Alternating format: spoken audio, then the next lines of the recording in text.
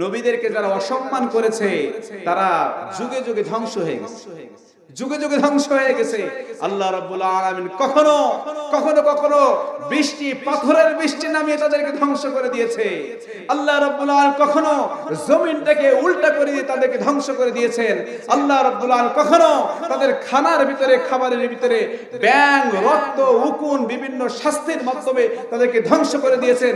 নবীদেরকে অস্বীকার করার কারণে, নবীদের মান সম্মান নষ্ট করার কারণে কখনো কখনো আল্লাহ রাব্বুল আলামিন সমুদ্রের ভিতরে ডুবিয়ে মেরেছেন। ঠিক তদ্রূপ এই জামানায় কোনো ব্যক্তি যদি উলামায়ে ইকরামের মানহানি করে, এই জামানায় কোনো ব্যক্তি যদি উলামায়ে ইকরামের সম্মান নষ্ট করে, ঠিক তদ্রূপ আল্লাহ রাব্বুল আলামিন তাদের জিন্দেগিতে আগের জামানায় যেমন শাস্তির ব্যবস্থা ছিল, আল্লাহ রাব্বুল আলামিন এই জামানায় তাদেরকে শাস্তির ব্যবস্থা করবে, ঠিক কিনা?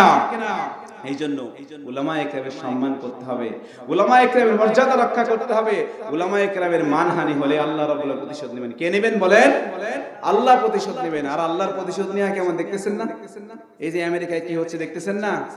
হাজার হাজার গাড়ি, হাজার হাজার অ্যাম্বুলেন্স, হাজার হাজার পানি নিয়ে বিভিন্ন এয়ারপ্লেনের মাধ্যমে, হেলিকপ্টারের মাধ্যমে পানি দিতেই আছে। ক্যালিফোর্নিয়ায় দেখেন, লস অ্যাঞ্জেলসে পুরা ছাই হয়ে যাচ্ছে। দুনিয়ার ভিতরে সবচেয়ে নগণ্য জায়গা হলো লস অ্যাঞ্জেলস। দুনিয়ার জমিনের সবচেয়ে নগ্নতা, সবচেয়ে পোশাক আশাক খোলার জায়গা সেই জায়গা। আল্লাহ রাব্বুল আলামিন সে আমেরিকাকে আজ পর্যন্ত দেখিয়ে দিচ্ছে, দেখো ইন্না বাতশা রাব্বিকা লাশাদীদ, আল্লাহ তোমাকে ধরলে তুমি আল্লাহর সামনে কিছুই না, কিছুই না। ইন্না বাতশা রাব্বিকা লাশাদীদ, আল্লাহর ধরা অত্যন্ত কঠিন, তুমি কল্পনাও করতে পারবে না আল্লাহ কিভাবে ধরবে। এই যে আমেরিকায় যেটা হচ্ছে, কিছুদিন আগেই তারা 800 কোটি টাকা দিয়ে ফিলিস্তিনের বিরুদ্ধে অস্ত্র পাঠানোর জন্য ঘোষণা দিয়েছিল। সেই 800 কোটি টাকা আজকের কোথায়?